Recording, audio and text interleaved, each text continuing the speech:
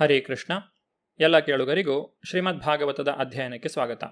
ಭಗವಾನ್ ನರಸಿಂಹದೇವನು ಪ್ರಹ್ಲಾದನಲ್ಲಿ ಏನಾದರೂ ಒಂದು ವರವನ್ನು ಕೇಳು ಎಂದು ಹೇಳಿದಾಗ, ನನ್ನ ಹೃದಯಾಂತರಾಳದಲ್ಲಿ ವಿಷಯಾಪೇಕ್ಷೆಗಳು ಹುಟ್ಟದೇ ಇರುವಂತಹ ವರವನ್ನು ಅನುಗ್ರಹಿಸಬೇಕು ಎಂದು ಪ್ರಹ್ಲಾದನು ಕೇಳಿಕೊಂಡನು.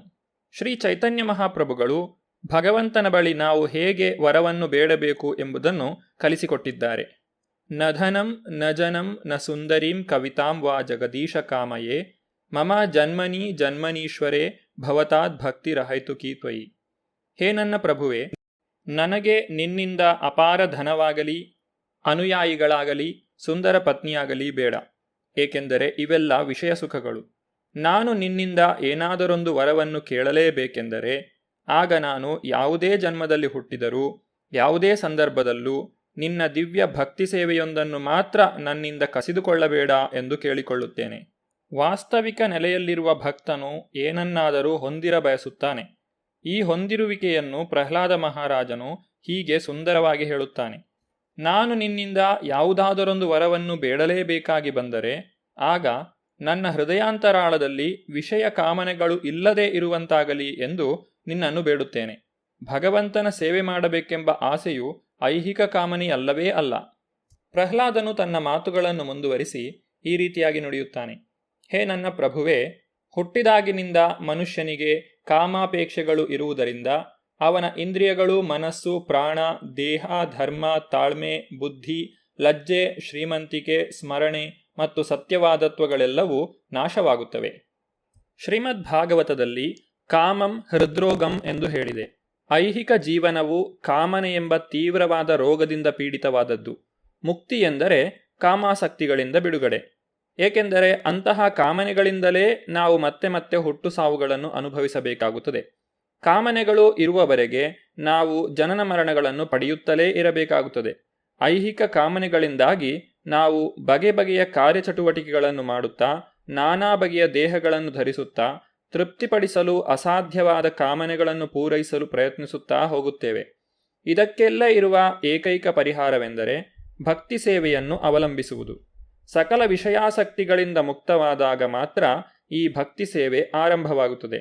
ಅನ್ಯಾಭಿಲಾಷಿತ ಎಂದರೆ ವಿಷಯಾಪೇಕ್ಷೆ, ಶೂನ್ಯಂ ಎಂದರೆ ಇಲ್ಲದಿರುವುದು ಎಂದರ್ಥ. ಆತ್ಮಕ್ಕೆ ಆಧ್ಯಾತ್ಮಿಕ ಚಟುವಟಿಕೆಗಳೂ ಆಧ್ಯಾತ್ಮಿಕ ಅಪೇಕ್ಷೆಗಳೂ ಇರುತ್ತವೆ.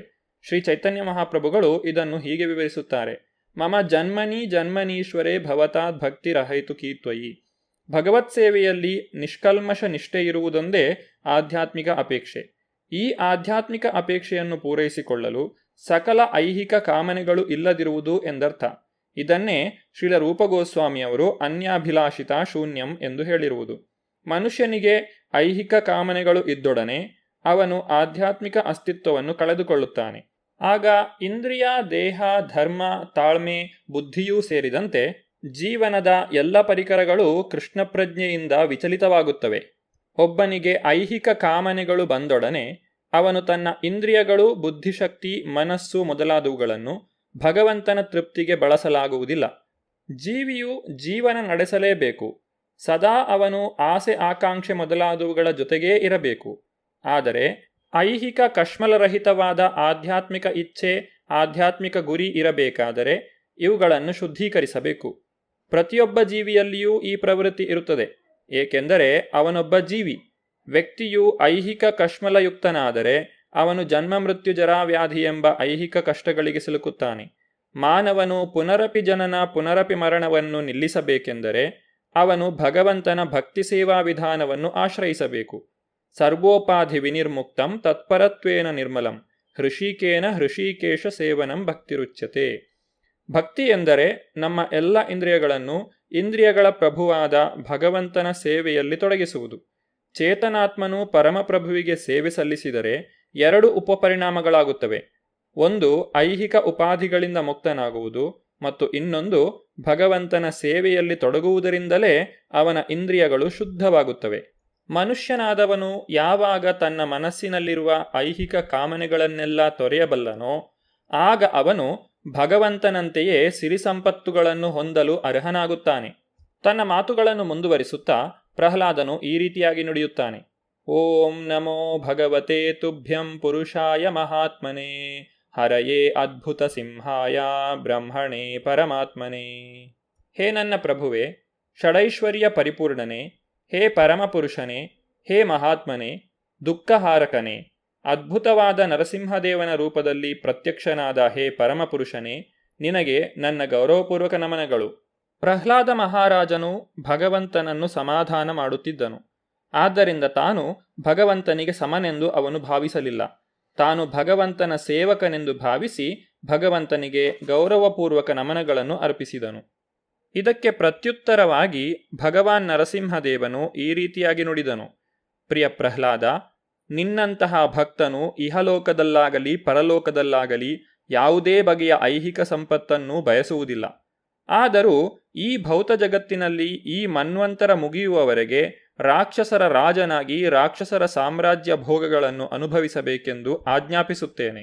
ಒಬ್ಬ ಮನುವು ಒಟ್ಟು 71 ಯುಗಾವರ್ತಗಳ ಕಾಲ ಬದುಕುತ್ತಾನೆ. ಜನರು ಲೌಕಿಕ ಸುಖಭೋಗಗಳನ್ನು ಅನುಭವಿಸಬಯಸುತ್ತಾರೆ. ಅವರು ದೊಡ್ಡ ದೊಡ್ಡ ಮನೆ, ರಸ್ತೆಗಳು, ನಗರಗಳು, ಕಾರ್ಖಾನೆಗಳನ್ನು ಕಟ್ಟಲು ತೀವ್ರವಾಗಿ ಪ್ರಯತ್ನಿಸುತ್ತಾರೆ. ಆದರೂ ಅವರು 80ರಿಂದ 90 ವರ್ಷಗಳ ಕಾಲ ಬದುಕಿರುತ್ತಾರೆ. ಲೌಕಿಕ ವ್ಯಕ್ತಿಯು ಭ್ರಮಾ ಸಾಮ್ರಾಜ್ಯವನ್ನು ಸೃಷ್ಟಿಸಲು ಅಷ್ಟೊಂದು ಶಕ್ತಿಯನ್ನು ವ್ಯಯ ಮಾಡಿಯೂ ಅವನು ಕೆಲವು ವರ್ಷಗಳಿಗಿಂತ ಹೆಚ್ಚು ಕಾಲ ಸುಖಪಡಲು ಸಾಧ್ಯವಿಲ್ಲ. ಆದರೆ ಪ್ರಹ್ಲಾದ ಮಹಾರಾಜನು ಒಬ್ಬ ಭಕ್ತನಾದ್ದರಿಂದ ಅವನು ಲೌಕಿಕರ ರಾಜನಾಗಿ ಐಹಿಕ ಸುಖ ಸಂಪತ್ತನ್ನು ಅನುಭವಿಸಲು ಭಗವಂತನು ಬಿಟ್ಟನು. ಪ್ರಹ್ಲಾದ ಮಹಾರಾಜನು ಪರಮ ವಿಷಯಾಸಕ್ತನಾದ ಹಿರಣ್ಯಕಶಿಪುವಿನ ಕುಟುಂಬದಲ್ಲಿ ಹುಟ್ಟಿದ್ದರಿಂದ ಪರಮಪ್ರಭುವು ಅವನ ತಂದೆ ಸೃಷ್ಟಿಸಿದ ರಾಜ್ಯವನ್ನು ಯಾವ ಲೌಕಿಕ ವ್ಯಕ್ತಿಯೂ ಲೆಕ್ಕ ಹಾಕಲಾಗದಷ್ಟು ವರ್ಷಗಳ ಕಾಲ ಆಳಲು ಬಿಟ್ಟನು. ಭಕ್ತನಾದವನು ಲೌಕಿಕ ಸುಖ ಸಂಪತ್ತುಗಳನ್ನು ಅಪೇಕ್ಷಿಸುವುದಿಲ್ಲ. ಆದರೆ ಅವನು ಶುದ್ಧ ಭಕ್ತನಾದರೆ ಸ್ವಂತ ಪ್ರಯತ್ನವಿಲ್ಲದೆಯೇ ಐಹಿಕ ಸುಖವನ್ನು ಅನುಭವಿಸಲು ತುಂಬಾ ಅವಕಾಶಗಳು ಇರುತ್ತವೆ. ಆದ್ದರಿಂದ ಪ್ರತಿಯೊಬ್ಬರೂ ಯಾವುದೇ ಪರಿಸ್ಥಿತಿಯಲ್ಲೂ ಭಕ್ತಿ ಸೇವೆಯನ್ನು ಅವಲಂಬಿಸಬೇಕು ಎಂದು ಹೇಳಲಾಗಿದೆ. ಐಹಿಕ ಸುಖ ಸಂಪತ್ತುಗಳನ್ನು ಬಯಸುವವನೂ ಶುದ್ಧ ಭಕ್ತನಾಗಬಹುದು. ಆಗ ಅವನ ಆಸೆಗಳೂ ಪೂರೈಸುತ್ತವೆ. ಅಕಾಮ ಸರ್ವಕಾಮೋವ ಮೋಕ್ಷಕಾಮೋ ಉದಾರಧಿ ತೀವ್ರೇಣ ಭಕ್ತಿಯೋಗೇನ ಯಜೇತ ಪುರುಷಂಪರಂ. ಎಲ್ಲವನ್ನೂ ಬಯಸುವವನಾಗಲಿ ಏನನ್ನೂ ಬಯಸದೇ ಇರುವವನಾಗಲಿ ಅವನು ದೇವೋತ್ತಮ ಪರಮಪುರುಷನಾದ ಶ್ರೀಕೃಷ್ಣನನ್ನು ದಿವ್ಯ ಪ್ರೇಮಪೂರ್ಣ ಸೇವೆಯಿಂದ ಪೂಜಿಸಿದರೆ ಮಾತ್ರ ಬುದ್ಧಿವಂತನು. ನರಸಿಂಹದೇವನು ತನ್ನ ಮಾತುಗಳನ್ನು ಮುಂದುವರಿಸುತ್ತಾ, ನೀನು ಐಹಿಕ ಜಗತ್ತಿನಲ್ಲಿದ್ದರೂ ಚಿಂತೆಯಿಲ್ಲ. ಯಾವಾಗಲೂ ಸತತವಾಗಿ ನನ್ನ ಉಪದೇಶಗಳನ್ನು ಸಂದೇಶಗಳನ್ನು ಕೇಳಬೇಕು. ಸದಾ ನನ್ನನ್ನು ಚಿಂತಿಸುತ್ತಿರಬೇಕು. ಏಕೆಂದರೆ ಪ್ರತಿಯೊಬ್ಬರ ಹೃದಯಾಂತರಾಳದಲ್ಲಿರುವ ಪರಮಾತ್ಮ ನಾನೇ. ಆದ್ದರಿಂದ ಕಾಮ್ಯಕರ್ಮಗಳನ್ನು ತೊರೆದು ನನ್ನನ್ನು ಪೂಜಿಸು. ಭಕ್ತನೊಬ್ಬನಿಗೆ ಐಹಿಕ ಶ್ರೀಮಂತಿಕೆ ಪ್ರಾಪ್ತವಾದರೆ ತನ್ನ ಕಾಮ್ಯಕರ್ಮಗಳ ಫಲವಾಗಿ ಅದು ದೊರಕಿತೆಂದು ಅವನು ಭಾವಿಸಬಾರದು. ಈ ಐಹಿಕ ಜಗತ್ತಿನಲ್ಲಿ ಭಕ್ತನು ತನ್ನ ಐಹಿಕ ಶ್ರೀಮಂತಿಕೆ ಎಲ್ಲವನ್ನೂ ಭಗವಂತನ ಸೇವೆಗೆ ಬಳಸುತ್ತಾನೆ. ಏಕೆಂದರೆ ಭಗವಂತನ ಉಪದೇಶದಂತೆ ಭಕ್ತನು ಶ್ರೀಮಂತಿಕೆಯಿಂದ ಹೇಗೆ ಭಗವತ್ ಸೇವೆಯನ್ನು ಮಾಡಬೇಕು ಎಂಬುದನ್ನು ಯೋಚಿಸುತ್ತಾನೆ. ಭಕ್ತನು ತನ್ನ ಬಳಿ ಇರುವ ಐಹಿಕ ಶ್ರೀಮಂತಿಕೆ ಎಲ್ಲವನ್ನೂ ಭಗವಂತನ ಮಹಿಮಾತಿಶಯಗಳನ್ನು ವಿಸ್ತರಿಸಲು ಅವನ ಸೇವೆ ಮಾಡಲು ಬಳಸುತ್ತಾನೆ. ಭಕ್ತನು ಕರ್ಮಫಲಗಳನ್ನು ಅನುಭವಿಸಲು ಯಾವುದೇ ಕಾಮ್ಯಕರ್ಮಗಳನ್ನಾಗಲಿ ಧಾರ್ಮಿಕ ವಿಧಿಗಳನ್ನಾಗಲಿ ಮಾಡುವುದಿಲ್ಲ. ಬದಲಿಗೆ ಕರ್ಮಕಾಂಡವು ಮಂದಮತಿಗಳಿಗಾಗಿ ಇದೆ ಎಂಬುದನ್ನು ಭಕ್ತನು ತಿಳಿದಿರುತ್ತಾನೆ. ಅವನು ಕೇವಲ ಭಗವಂತನ ಪ್ರೇಮಪೂರ್ಣ ಸೇವೆಯಲ್ಲಿ ಅಥವಾ ಭಕ್ತಿ ಸೇವೆಯಲ್ಲಿ ಆಧ್ಯಾತ್ಮಿಕ ಚಟುವಟಿಕೆಗಳನ್ನು ಬೆಳೆಸಿಕೊಳ್ಳುವುದರಲ್ಲಿ ಆಸಕ್ತನಾಗಿರುತ್ತಾನೆ. ಭಗವಾನ್ ನರಸಿಂಹದೇವನು ಹೇಳುತ್ತಾನೆ: ಭೋಗೇನ ಪುಣ್ಯಂ ಕುಶಲೇನ ಪಾಪಂ ಕಲೇವರಂ ಕಾಲಜವೇನ ಹಿತ್ವಾ ಕೀರ್ತಿಂ ವಿಶುದ್ಧಾಂ ಸುರಲೋಕ ಗೀತಾಂ ವಿತಾಯ ಮಾಮೇಶ್ಯಸಿ ಮುಕ್ತಬಂಧ. ಪ್ರಿಯ ಪ್ರಹ್ಲಾದ, ನೀನು ಈ ಐಹಿಕ ಜಗತ್ತಿನಲ್ಲಿ ಇರುವಾಗ ಪುಣ್ಯಫಲಗಳ ಸುಖವನ್ನು ಅನುಭವಿಸಬೇಕು. ಪುಣ್ಯಕರ್ಮಗಳನ್ನು ಮಾಡಿ ಪಾಪಗಳನ್ನು ಕಳೆಯಬೇಕು. ಬಲವಾದ ಕಾಲದ ಆಘಾತಕ್ಕೆ ಸಿಲುಕಿ ನೀನು ನಿನ್ನ ದೇಹವನ್ನು ತೊರೆಯುತ್ತೀಯೆ. ನಿನ್ನ ಮಹಿಮಾತಿಶಯಗಳನ್ನು ಊರ್ಧ್ವಲೋಕಗಳಲ್ಲಿ ಹಾಡುತ್ತಾರೆ.